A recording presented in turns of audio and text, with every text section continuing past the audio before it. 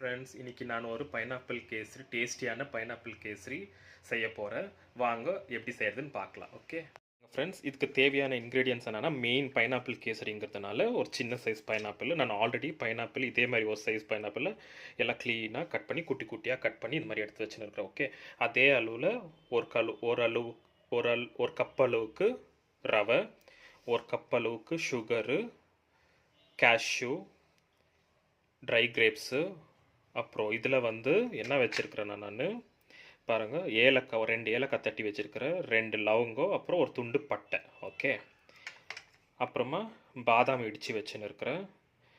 இது வந்து food colour, yellow food கலரை நான் மிக்ஸ் பண்ணி வச்சுன்னு இருக்கிறேன். ஓகே, அப்புறமா கீ கொஞ்சம் ஜாஸ்தி தேவைப்படும். இங்கே நம்மளுக்கு நந்தினி கீ கிடைக்கும். ஸோ நந்தினி கீ நான் எடுத்துன்னு இருக்கிறேன். அவ்வளோதான் ஃப்ரெண்ட்ஸ், இதுக்கு தேவையான இன்க்ரீடியன்ஸ். இப்போ எப்படி பண்ணுறதுன்னு காமிக்கிறேன் பாருங்கள் ஃப்ரெண்ட்ஸ். அதுக்கு நான் ஒரு பேனில் நம்ம வெறும் நெய் போட்டு ஃப்ரை பண்ணக்கூடாது. ஓகே, ஏன்னா அது ட்ரை ஆகிட்ட அப்புறம் கட்டி ஆகிட்ட மாதிரி ஆகிடும். அதுக்கிட்ட ஒரு சின்ன டிப்ஸ் என்ன, இது கூட நம்ம ஃப்ரை பண்ணக்கொள்ளோ, ரவை ஃப்ரை பண்ணக்கொள்ளோ நம்ம ஆயிலை சேர்க்கணும். ஓகேவா, நான் என்ன பண்ணிக்கிறேன், ஒரு 2-3 spoon oil plus 1 tablespoon ghee போட்டிருக்கிறேன். ஓகே, இப்போ நம்ம இது சூடாயிருந்தோன்னு ரவையை நல்லா ரோஸ்ட் பண்ணி எடுத்துக்கலாம். பாருங்கள் ஃப்ரெண்ட்ஸ், கீ எல்லாம் நல்லா உருங்கிடுச்சு. இந்த ஸ்டேஜில் நம்ம ஸ்டவ் வந்து லோ ஃப்ளேமில் தான் இருக்கணும். ஓகே, இப்போ நம்ம 1 கப் ரவாவை போட்டுக்கலாம். போட்டுட்டு இதை நல்லா நம்ம பாருங்கள் ஃப்ரெண்ட்ஸ், இப்போது நல்லா இது ரோஸ்ட் ஆச்சு. எப்படி உப்பி வருது பாருங்கள், தெரியுதா?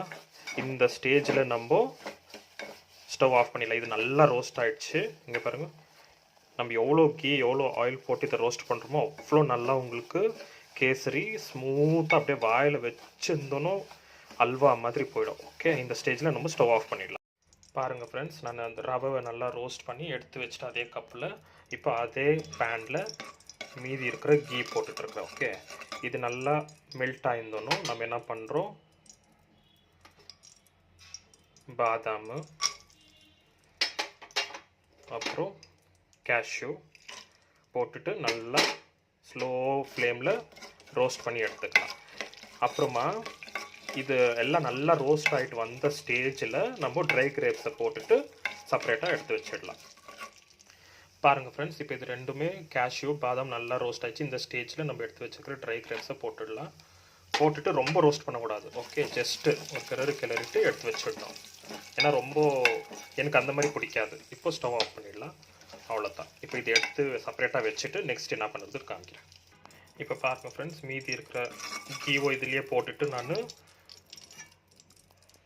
கட் பண்ணி வச்சுருக்கிற பைனாப்பிள் போட போகிறேன். பைனாப்பிள் வந்து நல்லா இந்த கீலேயே நம்ம நல்லா ஃப்ரை பண்ணி அப்புறமா இது கூட சுகர் ஆட் பண்ணுவோம். பாருங்கள் ஃப்ரெண்ட்ஸ், இப்போ இது நல்லா வேகணும். ஓகே, கொஞ்சம் பேர் என்ன பண்ணுவாங்கன்னா அரைச்சி போடுவாங்க, அது அவ்வளோ டேஸ்ட்டாக இருக்காது. இப்போ பைனாப்பிள் கேசரினால நம்மளுக்கு பைனாப்பிள் அங்கங்கே வாய்க்கு அடிப்படணும். அப்போ தான் அந்த உங்களுக்கு அந்த ஃபீல் ஆகும் பைனாப்பிள் கேசரி. ஓகேவா, பாருங்கள் ஃப்ரெண்ட்ஸ், இது நல்லா பைனாப்பிள் நல்லா ரோஸ்ட் ஆகிடுச்சு. ஓகே, நல்லா சாஃப்ட் ஆகிடுச்சு. இந்த ஸ்டேஜில் நம்ம எடுத்து வச்சுருக்கிற 1 கப்பு சுகரை போடலாம். இது 1 கப்பு கரெக்டாக இருக்கும். ஜாஸ்தி வேணும்னா நல்லா ஸ்வீட் சாப்பிட்றவங்களா இருந்தால் இன்னும் கொஞ்சம் சேர்த்துக்கோங்க. கம்மி சாப்பிட்றவங்களா இருந்தால் இதோட இன்னும் கொஞ்சம் கம்மி சேர்த்துக்கோங்க. அவ்வளோதான். ஓகே, இப்போ இது லோ ஃப்ளேமில் இது நல்லா உருக்கி வரட்டும். இது கூட நம்ம இந்த மாதிரி கைவிடாமல் பெரட்டினே இருக்கணும், இல்லைன்னா அடி பிடிச்சிடும். ஓகே, ஸோ இது நல்லா சுகர் எல்லாம் மெல்ட் ஆகிட்டு உங்களுக்கு எப்படி இருக்குன்னு காமிக்கிறேன். இங்கே பாருங்கள் ஃப்ரெண்ட்ஸ், போட்ட சுகரு இந்த பைனாப்பிள் கூட நல்லா மெல்ட் ஆகிட்டு வந்துச்சு. ஓகே, என்ன ஸ்மெல்லு பாருங்கள், வீடியோ ஸ்மெல். இந்த ஸ்டேஜில் நம்ம ஏலக்காய், லவங்கம், பட்டை போட்டுட்டு மிக்ஸ் பண்ணி விட்டுடலாம். பாருங்கள் ஃப்ரெண்ட்ஸ், இது நல்லா ரோஸ்ட் ஆகிடுச்சு. இப்போ நம்ம எந்த கப்பில் ரவா எடுத்தோமோ அதே கப்பில் 4 கப்பு தண்ணி சேர்த்துக்கலாம். இங்கே பாருங்கள் ஃப்ரெண்ட்ஸ், இப்போது நான் தண்ணியும் ஆட் பண்ணிவிட்டு ஸ்டவ் வந்து ஹை ஃப்ளேமில் வச்சுட்டுக்கிறேன். ஓகே, இது நல்லா கொதிச்சிட்டப்புறம் நம்ம நெக்ஸ்ட் என்ன பண்ணுறதுன்னு பார்க்கலாம். பாருங்கள் ஃப்ரெண்ட்ஸ், இப்போ நல்லா கொதி வந்துடுச்சு. ஓகே, இந்த ஸ்டேஜில் நான் என்ன பண்ணுறேன், மிக்ஸ் பண்ணி வச்சுருக்கிற ஃபுட் கலரை சேர்த்துக்கிறேன். ஓகே, சேர்த்துட்டு கொஞ்சம் நல்லா கலக்கி விட்டுட்டு அப்புறமா நம்ம ஆல்ரெடி ரோஸ்ட் பண்ணி வச்சுருக்கிற ரவாவை ஸ்டவ்வை கொஞ்சம் ஸ்லோ பண்ணிடலாம். இப்போ ரோஸ்ட் பண்ணி வச்சுருக்கிற ரவாவை போடலாம். ஓகே, இப்போ போட்டுட்டு இதை நல்லா நம்ம லோ ஃப்ளேம்லேயே வேக வைக்கணும். எப்படி இருக்குது நெக்ஸ்ட் என்ன ப்ரொசீஜர்னு காமிக்கிறேன். எங்கள் வீட்டில் வயசானவங்க இருக்கிறதுனால அவங்களுக்கு ரொம்ப கெட்டியாக பிடிக்காது, அதனால நான் கொஞ்சம் தண்ணி ஜாஸ்தி வச்சுருக்கிறேன். உங்களுக்கு நல்லா இன்னும் கொஞ்சம் கெட்டியாக வேணும்னா அப்படின்னா நீங்கள் 4 கப்புங்கிறது 3 கப்பு தண்ணி ஆட் பண்ணிக்கோங்க, அப்போ சரியாக இருக்கும் இன்னும். ஓகே ஃப்ரெண்ட்ஸ், வச்சு ஒரு 5 மினிட்ஸ் ஆகிடுச்சு, பார்க்கலாம். பார்த்தீங்களா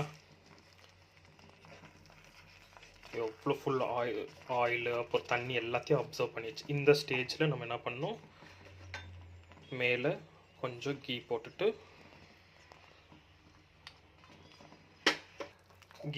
கிளறிட்டு நம்ம ஃப்ரை பண்ணி வச்சுருக்கிற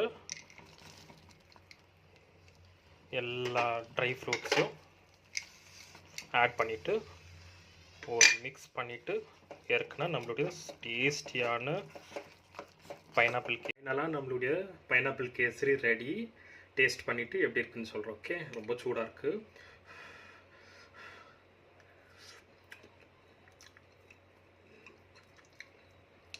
இங்கே பாருங்கள் ஃப்ரெண்ட்ஸ், இங்கே பாருங்கள், ஒட்டவே ஒட்டாது, பர்ஃபெக்டாக இருக்கும். நான் வச்சுருக்கிற அளவு இந்த மாதிரி தான் நான் பண்ணுறது. நீங்களும் இதே மாதிரி பண்ணி பார்த்துட்டு எப்படி இருக்குன்னு கமெண்ட் பண்ணுங்கள், ஷேர் பண்ணுங்கள். மறக்காமல் என்னுடைய சேனலை சப்ஸ்கிரைப் பண்ணிவிட்டு லைக் கொடுங்க.